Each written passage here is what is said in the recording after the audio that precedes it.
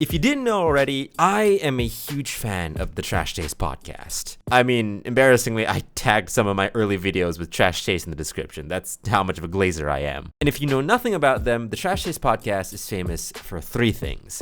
Being an anime podcast, talking about how great Japan is, and giving out very specific hot takes. But the thing about Trash Taste is that sometimes their hot takes can get a bit too hot. So hot, actually, that it would cause their subreddit to self-immolate on the basis of how brain-dead that specific take was. And while this kind of behavior is par for the course for their community, as in this happens enough that all 3 of them don't even go to the subreddit anymore because of how negative it can get, the most recent hot take heat wave took a more serious turn than most. Because if you didn't know, one of the hosts, aka Joey, aka the Anime Man, aka I'll watch Arcane when everybody stops giving it attention, had some choice words for a certain anime called Bocchi the Rock.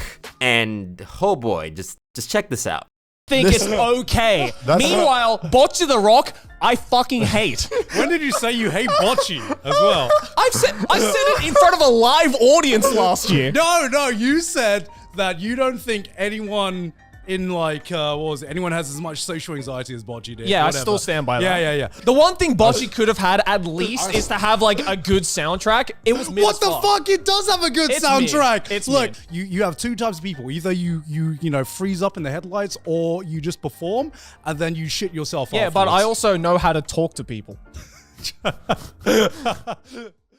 Yeah, bro has a vendetta. And the thing about Bocchi the Rock is that it's a very beloved anime. I mean, it was so popular that the amount of electric guitar sales in Japan actually skyrocketed because there were so many people wanting to learn the instrument due to the anime. But the main reason people loved Bocchi was because of how relatable they found the main character to be. Bocchi's anxiety was something that a lot of online weebs could relate to, and with a story that's all about the difficult journey of overcoming that anxiety, she quickly became a comfort character for a lot many people. So you can kind of see where this is going. Super hot take is given, community is split down the middle, some say it's called Trash Taste for a reason, others say that satire can be criticized no matter how ironic it is. But what I find interesting is the rhetoric involved in this meltdown, with a lot of Joey's defenders saying that, yeah, Bocchi is an unrealistic depiction of anxiety, and the people who watch it are just weirdos who aren't trying hard enough to be confident. Which stands in contrast to the content from other AniTubers who say that Bocchi is a really good depiction of social anxiety and the difficulties that come from it. So I thought it'd be really interesting to see who's right in this awful family barbecue and find out just how accurate anxiety is portrayed in anime. And the answer is not what you'd expect.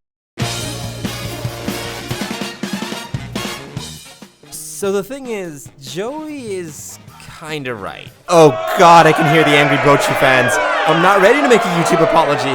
Okay, he's partially right, because there is a lot of nuance when you talk about anxiety and mental health. One common thing a lot of people said was that Bocchi over-exaggerates how anxiety actually is, and this never happens to them whenever they're anxious or nervous. Then, yeah, that's fair. I've never had this happen to me in my panic attacks. But then again, this is anime. Even in the most realistic of settings, there'll always be those few cliches that are played up just for laughs. I mean, this is a medium in which the power of friendship is a very real thing, and shit like this can happen. So rather than asking if it's realistic, I feel like we should be judging it for being authentic. And Bocchi can be pretty authentic at showing how anxiety can slowly creep up on you. For example, I find it really interesting that Joey can say this about stage fright and performance anxiety. That one fucking performance scene where Bocchi pops off, yo, that was better than any of the KO. Yeah, you expect me to believe that shit would actually happen though? Seconds before backstage, like pissing and crying in her pants, right? And just being like, I don't know if I'll be able to perform. Meanwhile, the moment she gets on top of the stage, she's just like, actually, I am fucking Carlos Santana now. I can fucking rip shit on a guitar. Like, no, I'm sorry, I don't believe that. And the thing is, I'm not here to criticize. If Joey has this innate ability to overcome this, then more power to him. But it does come off a bit callous, as this kind of anxiety manifests differently from person to person and is overcome in different ways. A really good example of this is none other than Freddie Mercury. Yes, the Freddie Mercury from the band Queen. In the really early days of Queen, Freddie sang with his back towards the audience. Not because he was trying to be edgy or mysterious, but because he was deathly shy of his audience to the point that he couldn't even look them in the eye. He didn't immediately become the charismatic performer that we know and love. It took time and courage to get where he did. It happens to the best of us. The iconic band scene in episode 8 authentically shows how these small worries can appear big in the moment. Everything that you weren't aware of is just dialed up to 11. You're so paranoid about making mistakes, so you start projecting whenever your friend makes one, which in turn makes you start making brand new mistakes when you made none during practice. Your throat is parched, your vocals are out of sync, and you just have this sinking feeling in your stomach as you're not only hyper aware of other people's faults, but also hyper aware of your own. I've never been in a band myself, but fuck, I know how this feels. You feel terrible about yourself, but you gotta keep going, because it's not like you can just stop in the middle of things. And I think that's why people can resonate so much with Bocchi to begin with. It's exaggerated all to hell, but it authentically captures the debilitating and embarrassing experience of being overly anxious. You can tell that the creators behind the anime really did their best to visually capture what overthinking and anxiety could look like while being respectfully funny about it. Because yeah, it'd be really fucked up if we were just meant to laugh at a girl panicking her brains out. I don't think anime fans would be that unhinged, right?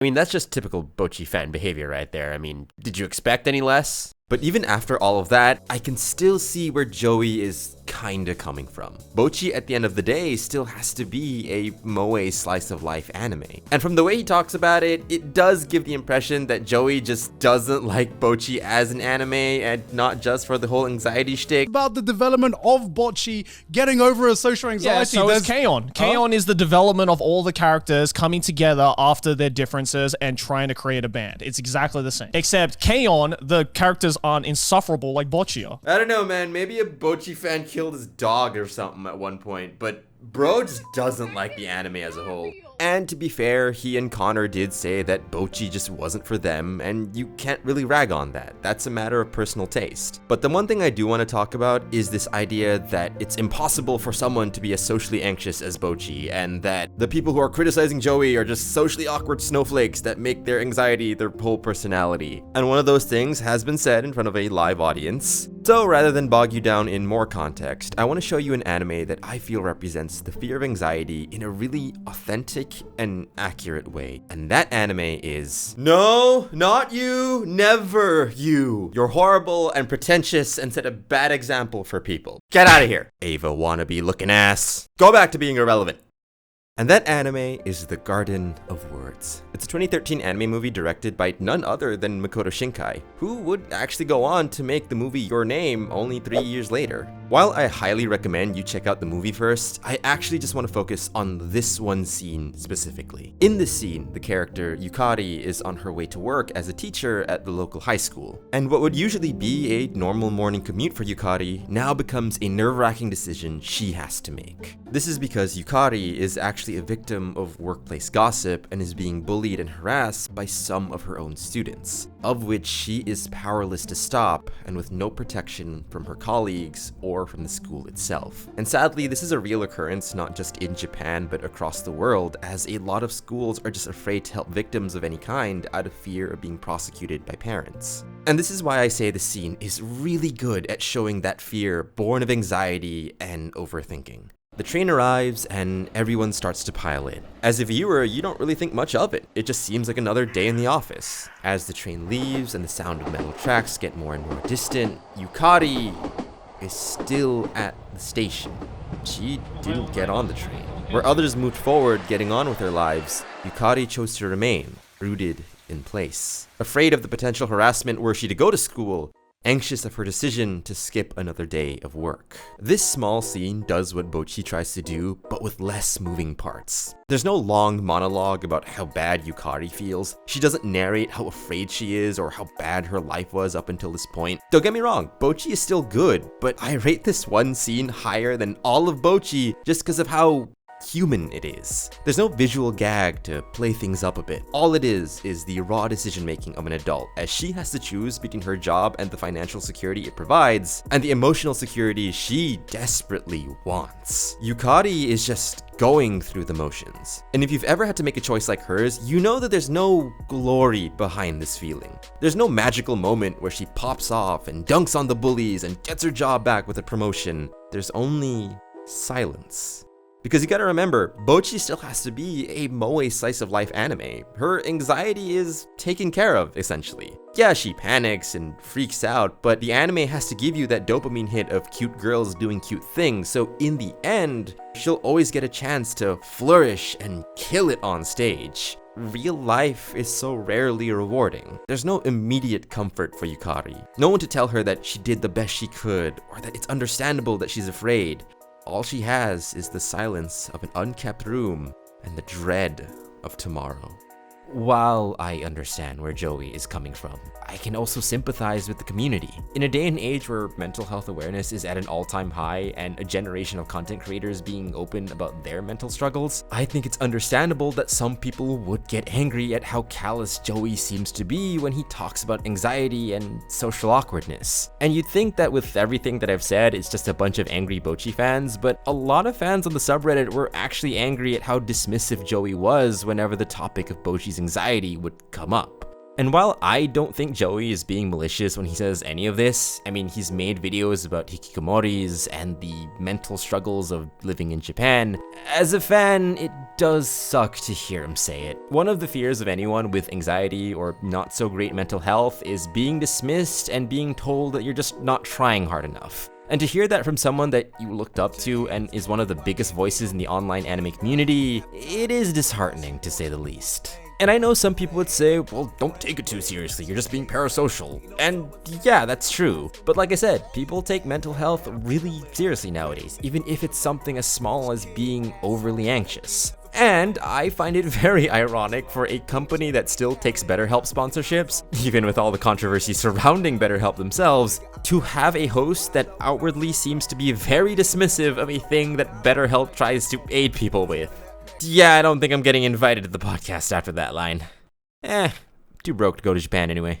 But like I said, I genuinely don't think Joey is trying to be malicious. It's clear that he's been very fortunate to have a really good emotional support circle that he might not have had to confront the really bad aspects of anxiety and mental health. And I can't dunk on him for that. You can't fault someone for living their life. It's never a race to see who's more damaged. We're all on this earth living life as best we can with the things that we got. The only thing that I can slightly accuse Joey of is ignorance. Cause you can't just live through the last 5 years and see all of your other creator friends go to therapy for the smallest shit and not learn to sound the least bit empathetic. At the end of the day, it's your life to live. Some random opinion from an Aussie halfway across the world shouldn't be a barrier for you to like an anime or be invested in a character. If characters like Bocchi or Yukari help to anchor you and gives you that inspiration to take a step forward in your life, then more power to you. You shouldn't let anyone tell you that your struggles aren't valid, least of all some content creators on the internet. Look, we're just assholes with opinions and half-decent mics. It's your journey, and how you want to live has always been up to you.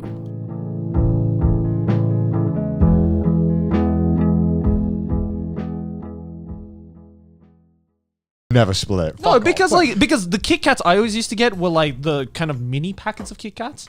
So it's like it would be in a bag and there'd be lots of little bags. You've never had a single Kit Kat. Oh, you've never had like a 4-bar Kit Kat? Yeah, and I just eat it. No, you fuck off. No, you didn't. Joey, no, Joey, wait. Shut the fuck. Do you just fucking bite that shit without splitting it? Yeah. No. No, Joey, no. No, I am true evil. No. Never mind, fight's back on. Beat his fucking ass!